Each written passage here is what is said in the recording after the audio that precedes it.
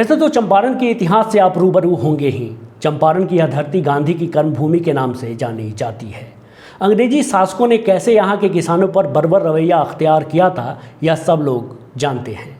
सन 1917 में बापू के यहाँ आने के बाद क्या कुछ हुआ, ये सब भी आप जानते ही होंगे।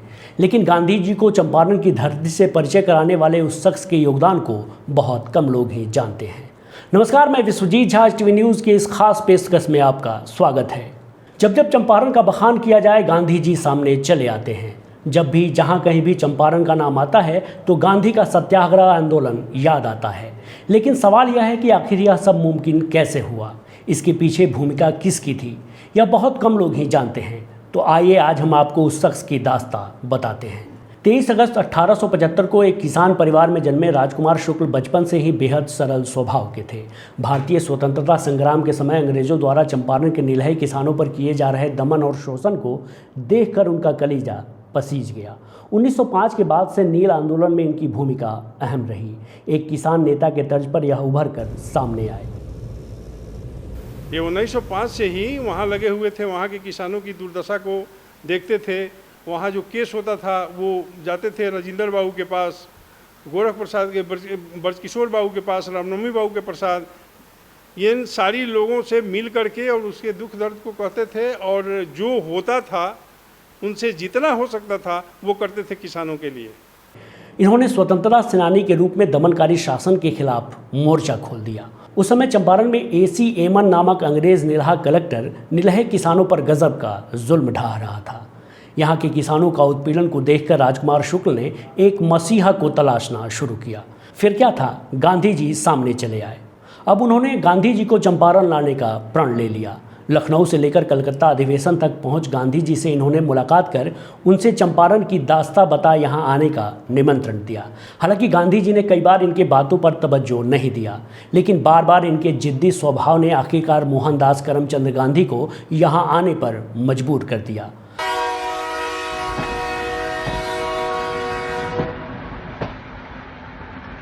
15 अप्रैल 1917 को गांधी जी ने पहली बार चंपारण की धरती पर कदम रखा।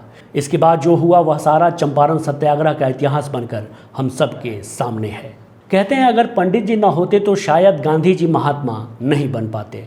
बीते कल यानी 23 अगस्त को पंडित राजकुमार शुक्ल की 146वीं जयंती मनाई गई। उनके नाती मणिभूषण राय ने पश्चिमी चंपारण स्थित राजकुमार शुक्ला से जुड़े तमाम जगहों पर जाकर अपने नाना को श्रद्धा सुमन अर्पित किए। शुक्ला जी का नाम रहेगा, नाम रहेगा, नाम रहेगा, शुक्ल अमर रहे, अमर रहे, शुक्ल अमर रहे, अमर रहे, अमर रहे। इस मौके पर चंपारण के प्रख्यात पर्यावरण प्रेमी और KVC विजेता सुशील कुमार भी पश्चिमी चंपारण के उन तमाम जगहों पर पंडित राजकुमार शुक्ल के परिवार के साथ गए और चंपा का पौधा लगाया। शुरुआत उनके पैतृक गांव सतवरिया से हुई। सभी जानते हैं चंपारण का नाम चंपा के पौधे पर पड़ा है, अर्थात चंपकारण्य। और राजकुमार शुक्ल जी भी चंपारण की एक पहचान है और चंपा भी चंपारण की एक पहचान है। तो उनके जन्मदिन के अवसर पे उनके जन्मस्थल, कर्मस्थल, सब जगह हम लोगों ने चंपा का पौधा लगाया। और चंपा चंपारण अभियान हम लोगों द्वारा चलाया जाता है विगत लगभग 4 सालों से, 3.5 साल पूरे होने वाले हैं। तो ये काफ़ी अच्छा चल रहा है। हम लोग चंपारण का नाम चंपा से पौधे से ही पड़ा है, तो हम लोग का है कि हर दरवाजे पे कम से कम एक चंपा का पौधा रहे, और इसमें हम लोग काफ़ी सफल हुए हैं। और अभी प्रयास जारी है और आगे भी जारी रहेगा। पंडित राजकुमार शुक्ला के परिवार द्वारा दान किए गए जमीन पर बने कॉलेज में राजकुमार शुक्ला की मूर्ति पर उनके परिजनों द्वारा माल्यार्पण किया गया। यहाँ एक बहुत ही दिलचस्प चीज़ देखने को मिली। पूरे गांव वालों ने विद्यार्थियों के साथ मिलकर पंडित राजकुमार शुक्ला को भारत रत्न देने की मांग की। चंपारण का यह है मांग, पंडित राजकुमार शुक्ल जी को मिले भारत रत्न का सम्मान। इससे बढ़कर क्या हो सकता है। वो डिजर्व करते थे इस चीज़ के लिए, वो प्रासंगिक थे ये चंपारण सत्याग्रह शताब्दी वर्ष के लिए। इसके बाद भितिहरवा आश्रम और कस्तूरबा कन्या बालिका विद्यालय में पंडित राजकुमार शुक्ला की जयंती मनाई गई। आप सबों को आपके उज्जवल भविष्य की शुभकामना, खूब तरक्की करें। Thank you. वहाँ पर भी चंपा का पौधा लगाया गया। आखिरी में पंडित राजकुमार शुक्ला के परिवार वालों के साथ केबीसी विजेता सुशील कुमार जब मुरली भरौवा की ओर बढ़े, जहां पर राजकुमार शुक्ला की खेतीबाड़ी हुआ करती थी, जिसे अंग्रेजों ने बर्बाद कर दिया था, और हाल ही में चंपारण सत्याग्रह शताब्दी समारोह के अवसर पर सरकार द्वारा वहां राजकुमार शुक्ला की मूर्ति स्थापित की गई, तो रास्ते में ही गाड़ी छोड़नी पड़ी। मैं तो कहता हूँ बराबर बहुत सारी कमियाँ हैं, उनकी स्मृति रक्षा के लिए कुछ नहीं किया गया जो चाहिए, और हम लड़ रहे हैं सरकार से और न विनय कर रहे हैं, हाथ जोड़ रहे हैं कि भाई उनकी स्मृति की रक्षा कीजिए। अब सवाल यह है कि आखिर इतने वर्ष बीत जाने के बाद भी हालात कितने बदले हैं, उनके पैतृक गांव की स्थिति कैसी है, सड़कें कैसी है, सतवरिया में उनके द्वारा दान में दी गई जमीन पर बना राजकुमार शुक्ल इंटर कॉलेज का क्या हाल है।